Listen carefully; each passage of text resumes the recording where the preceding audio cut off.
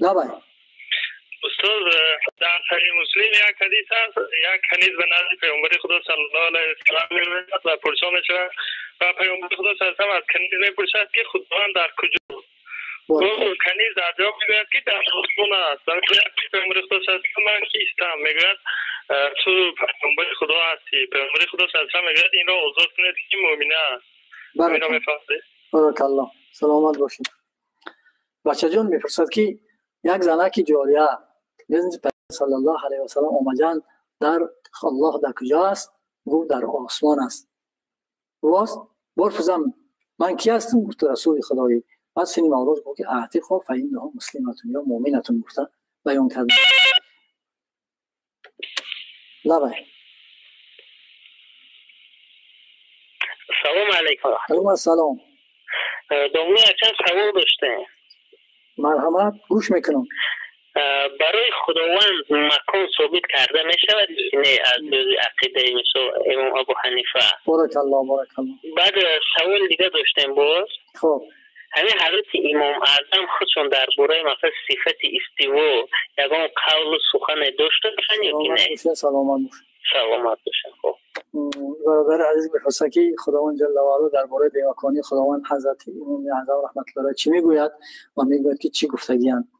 و حضرت امام اعظم رحمت الله علیه کتاب دارند به نام وصیت‌نامه. در همون کتابشون در فصل 4 میگویند نقر بان الله علی العرش استوى من غیر استقرار و احتیاج الیه. ما میگن اقرار میکنیم که خداوند جل و علا بر عرش استوا دارد، یعنی استوایی که لایق به خداوند است. او دو از غیر قرار گرفتن و مکان گرفتن دو و هو حافظ علیه و لغیره، او نگهبان عرش و غیر عرش است. تا بیان میکنه در دوام سخنشون میگه که اگر خداوند جل و علا در عرش محتاج میبود هرگز به ایجاد عالم قبول نمیشید.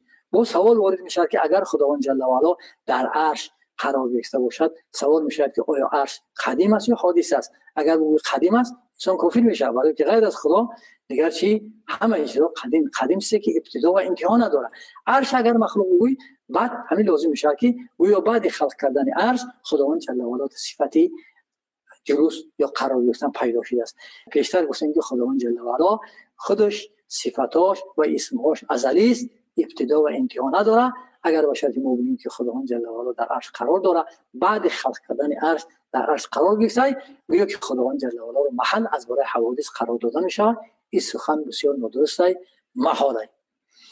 و ما گفتیم حضرت امام نووی رحمت الله علیه در کتاب صحیح مسلمش جلد 5 در صفحه 24 آورده است که از حضرت قاضی عیاض آورده است که در آیات‌های متشابه و در مثل ابن جوزی حنبلی میگوید در کتابش المدهش در صفحه 31 که جز از این نیست که بیان کرده می شود که امثال را از برای ذاتی که برای امثال باشد، یعنی برای او کیفه را برای گفته می شود که او چی باشد، او در حالی که آن کیفه در محال است. از کجا خیال میکنید که ذات و بر ذات گفته می شود که در وهم ها و خیال ها آورده می شود. خداوند جل و علا ذاتی است که او را تصور کرده نمی شود، در وهم ها و خیال ها آورده نمی شود. هر چیزی که درباره ذات خداوند جل و علا در فکر و در ذهن و خیال ما میگذره، خدای تعالی از او چیز غیر است، بیرون از او چیزی است که خدای تعالی خودش لیس کمثله شیء و هو السمیع البصیر گفته است.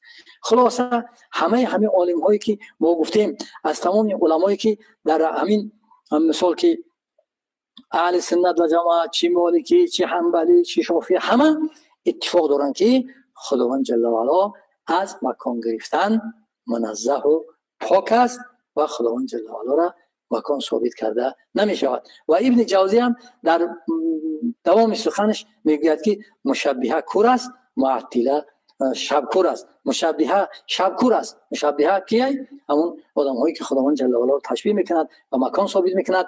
و معطله کور است که معطله مثلا معتزله رو میگن خداوند جل و علا دارای صفت نداره گفته و امیرات